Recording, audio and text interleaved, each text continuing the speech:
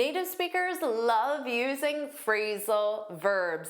Adding them to your vocabulary will help you sound fluent and natural and also help you understand native speakers in the real world. Today, you'll learn 16 phrasal verbs that I use every day and you can too. Welcome back to JForrest English. Of course, I'm Jennifer. Now let's get started. First, let's review the category of socializing and small talk. So imagine a native speaker walked up to you and said, "When did you take up yoga?" What's the phrasal verb here? When did you take up yoga? To take something up, this is the phrasal verb and it means to start an activity. And you start it as a regular routine. So you don't just do yoga once. It sounds like you're going to do yoga every week or twice a week. Now remember, your phrasal verb is take up, but you need to conjugate that according to the subject and time reference. So maybe you could say, I've been thinking about, so about is a preposition. I've been thinking about taking up tennis again this summer. So starting tennis as a regular activity. Honey, when did Peter Griffin take up jogging? Or maybe someone says to you, don't take up the negative imperative. Don't take up another activity unless you have time for it. That's good advice. I could take up yoga. You have the body type. Or maybe you're thinking, thankfully I found Jennifer's channel shortly after I took up learning English. Is that something that you're thinking? If it is, put that's right, put that's right in the comments. And don't worry about taking notes because I summarize everything in a free lesson PDF. You can find the link in the description. Now let's say you're talking to your coworker and you say, he always brings up politics at work. What's the phrasal verb here? To bring something up. This means to start talking about a topic. Maybe you can say, can we not bring up that topic at dinner tonight? So this is a way of asking to not discuss something. Can we not bring that up? So stop bringing it up. It's not fair. Or maybe you say, he keeps bringing up her trip. He's clearly impressed. He keeps talking about it. Thanks, Wally, for bringing that up. Let's review this sentence and where is the phrasal verb? She really got along with my cousin. Do you know this one? And notice sometimes phrasal verbs have two prepositions. So the phrasal verb here is to get along with someone. And this means to have a good relationship with someone. So you could ask, are you getting along with your new coworkers? Or maybe they would get along better if they communicated more. So notice that conditional structure, and would is a modal verb, and that's why you have the base verb following it. They would get along. What is it? You two don't get along? We get along just fine. Now maybe your friend says to you, you'll never guess who I ran into today. This is a must-know phrasal verb. Do you know it? To run into someone. This means to meet someone but by chance. So you weren't planning on seeing that person. It's nice to run into you. You could say, if I run into her again, I'll say hi this time. So if I see her again, but by chance. Or maybe I'll ask her for her phone number. See, I ran into her at Target. Or how about this one? I haven't run into anyone I know since I moved back home. So putting it in the negative means you're out in the world, getting groceries, going to the bank, but you haven't seen anyone you know. You haven't run into anyone. Now let's move on and imagine you're at a cafe. And let's review some common phrasal verbs. Maybe you go to order something and they say, sorry, we sold out of chocolate donuts. And you really wanted a chocolate donut. What's the phrasal verb here? Well, it's to sell out of something. So your verb is sell, and that's what you conjugate. And this means to have no more of something to sell to someone.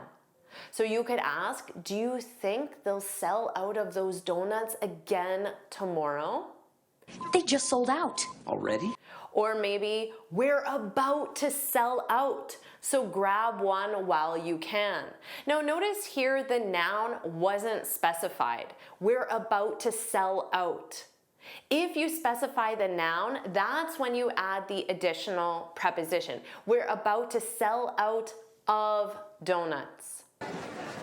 Sold out. So they sold out of donuts, and you can say, I should cut back on sugar anyway. What's the phrasal verb here? To cut back on something. So notice again, we have that additional preposition on if you specify the something.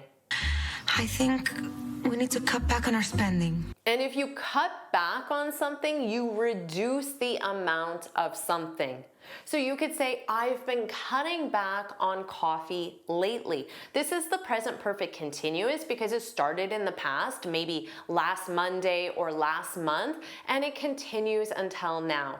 I've been cutting back on coffee lately. It was giving me the jitters. This is the jitters. So this is why you need to cut back, reduce the amount. Or someone says to you, if you want to lose weight, I suggest cutting back on carbs. So reducing the amount of carbs. Now notice after suggest, you can use a gerund. I suggest cutting back on carbs. We're not cutting back on food. Anything else? Now you're still at the cafe and they say to you, we're trying out a new sugar-free cookie recipe. What's the phrasal verb here? To try out. This means to use or test something to see if it works well. For example, let's try out their new seasonal latte next time.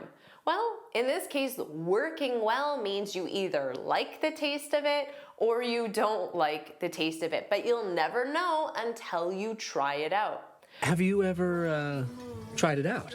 Or you can say after you try out the new blender, after you see how the blender works, let me know your thoughts. Was it a good blender, a bad one? Should I buy one? Do you recommend it? Let me know your thoughts. We're still at a cafe and you say to your friend, you only picked at your cookie.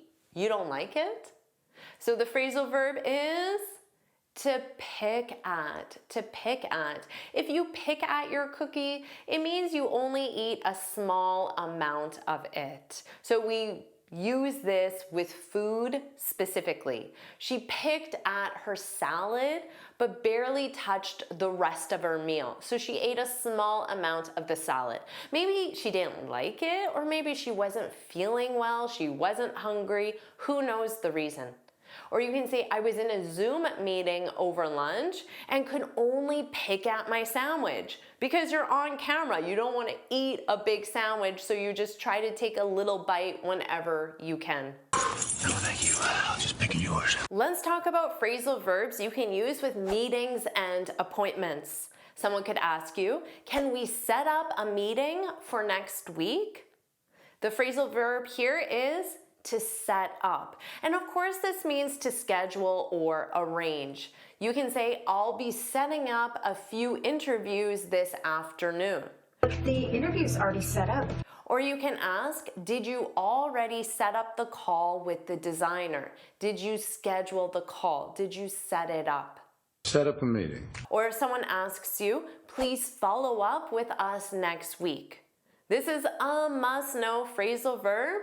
It's to follow up. Now you can continue on and say with someone, on or about something. So if you specify the reason why, you can use a preposition on or about. It doesn't matter which one you use, and native speakers use both equally. Now this means to continue a previous conversation. For example, I was supposed to follow up yesterday, but I forgot. I was supposed to call you to discuss something we previously discussed. Now remember, you can also say, I was supposed to follow up with you on the report or about the report yesterday, but I forgot. I'm just following up on a chat room message. Or you can say, it's been 3 days and they haven't responded. Should I follow up or should I wait? So should I continue that discussion we previously had? Or should I wait? It's too soon. Maybe your boss asks you, have you checked in with the client yet? What's the phrasal verb here? It's to check in with someone, and again, you can use on or about something. This means to contact someone, and you're doing that to make sure there are no problems. For example, don't forget to check in with them, maybe it's the clients or your team, before you go on vacation. So contact them to make sure they understand everything, they can access everything, there are no problems. Now again, remember, you can say don't forget to check in with them on the invoice or about the invoice before you go on vacation. Contact them to make sure there are no problems with the invoice. If anyone finds anything, check in with me. Let's review this sentence. My boss checks in with me every hour. It's annoying. We often use this with frustration because your boss contacts you every hour to make sure there are no problems. Check back in with me in July. Now remember that phrasal verbs have different meanings depending on context. So if you're at a hotel and someone says, don't forget to check in before noon. Checking in? Yeah, we're checking in. This means register your arrival at a hotel. But if you're in a meeting and someone says, don't forget to check in before noon, it means to contact someone to make sure there are no issues. So you have to understand the context to know the meaning of phrasal verbs. How about this sentence? I blocked off an hour for our meeting. What's the phrasal verb? To block off. And this means to reserve time in your schedule. So someone might ask, should we block off some time on Friday? Should we reserve some time? Or you can say, I'm blocking off tomorrow afternoon to catch up on emails. So in your calendar, no one will be able to schedule time with you because you blocked it off. I will block off the afternoon. Now let's talk about giving compliments. How about this sentence? That outfit really brings out your eyes. Brown one brings out your eyes. What's the phrasal verb here? To bring out. Now remember, we previously learned to bring up. So also notice that changing the preposition can completely change the meaning. So here, to bring out, it means to emphasize, highlight, or make something more noticeable or attractive. So I could say to you as a compliment, words of praise, encouragement, support. Great choice. That frame brings out the colors in the photo. Or I can say your confidence is starting to bring out the best in your team. So it's highlighting, emphasizing the best qualities. Let's review this sentence. I want to point out how well you handled that irate customer. What's an irate customer? An angry customer, an upset customer. And what's the phrasal verb here? To point out. This means to bring attention to something. For example, you've been doing such a great job lately, and I just wanted to point that out. I wanted to point that out. I wanted to emphasize that. So that would be a very nice thing to say to someone or say in a meeting to someone as well. Thank you, Amy, for pointing that out. You're so welcome. Or you could say, I appreciated that you pointed out how much my design skills have improved. So you can offer this as words of appreciation to someone. What's the phrasal verb in this sentence? Who came up with this great idea? So the phrasal verb is to come up with. And again, if you specify the noun, the something, you need that additional preposition with to come up with something. And this means to create or suggest an idea or plan. You're going to come up with something brilliant again, I know it. So you can offer that as words of encouragement to someone. That's good. Who came up with that? Or I can't believe you came up with that slogan on the spot. So on the spot means instantly. That's incredible. This next phrasal verb is a very positive thing to say to someone. You've really stepped up lately. Thanks for stepping up today.